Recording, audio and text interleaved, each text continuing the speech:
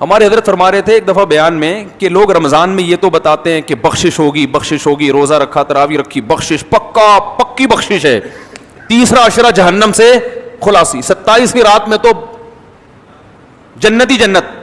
کا یہ بھی تو حدیث میں آتا ہے کہ جو روزہ رکھ کے بھی جھوٹ نہ چھوڑے اس کو بھوک اور پیاس کے علاوہ کچھ بھی حاصل، اور جو تہجد پڑھ کے بھی برائی نہ چھوڑے اس کو رات کو جاگنے کے علاوہ کچھ بھی حاصل. یہ بھی تو حدیثیں ہیں.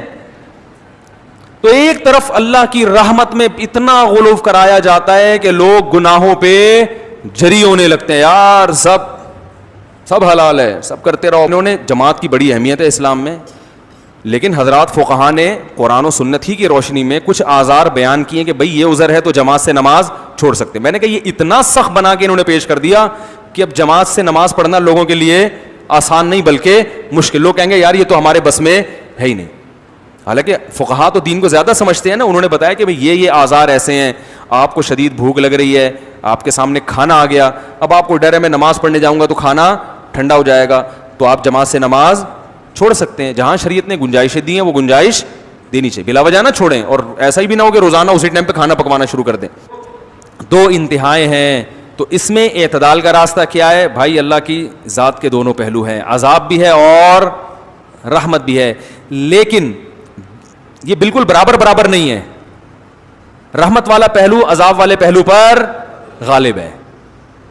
تبھی اللہ نے رحمت کو ہائی لائٹ کیا، میں غفور بھی اور میں رحیم بھی، لیکن عذاب کے بارے میں فرمایا میرا جھانپڑ بہت سخت ہے. یعنی میں ایسا ہوں نہیں، لیکن مجھے مجبور نہ کرو، اگر میری نافرمانی کی تو میں عذاب بھی دے دوں گا. تو رحمت غالب کیسے ہے؟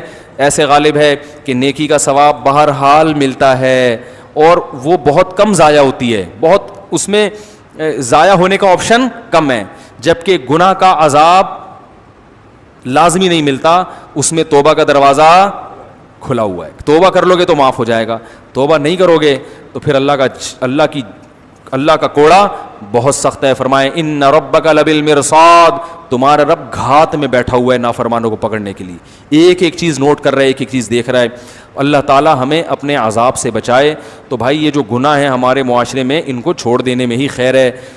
ہمت کر کے چھوڑ دیں، پھر اللہ کی رحمت ہے، اور ایسی رحمت ہوتی ہے تتنزل علیہم الملائکہ. اللہ فرماتے ہیں تم گناہ چھوڑو گے نا تو تمہیں جو ٹینشن ہوگی نا، اس ٹینشن کو ختم کرنے کے لیے میری طرف سے تمہارے دل پہ فرشتے نازل ہوں گے.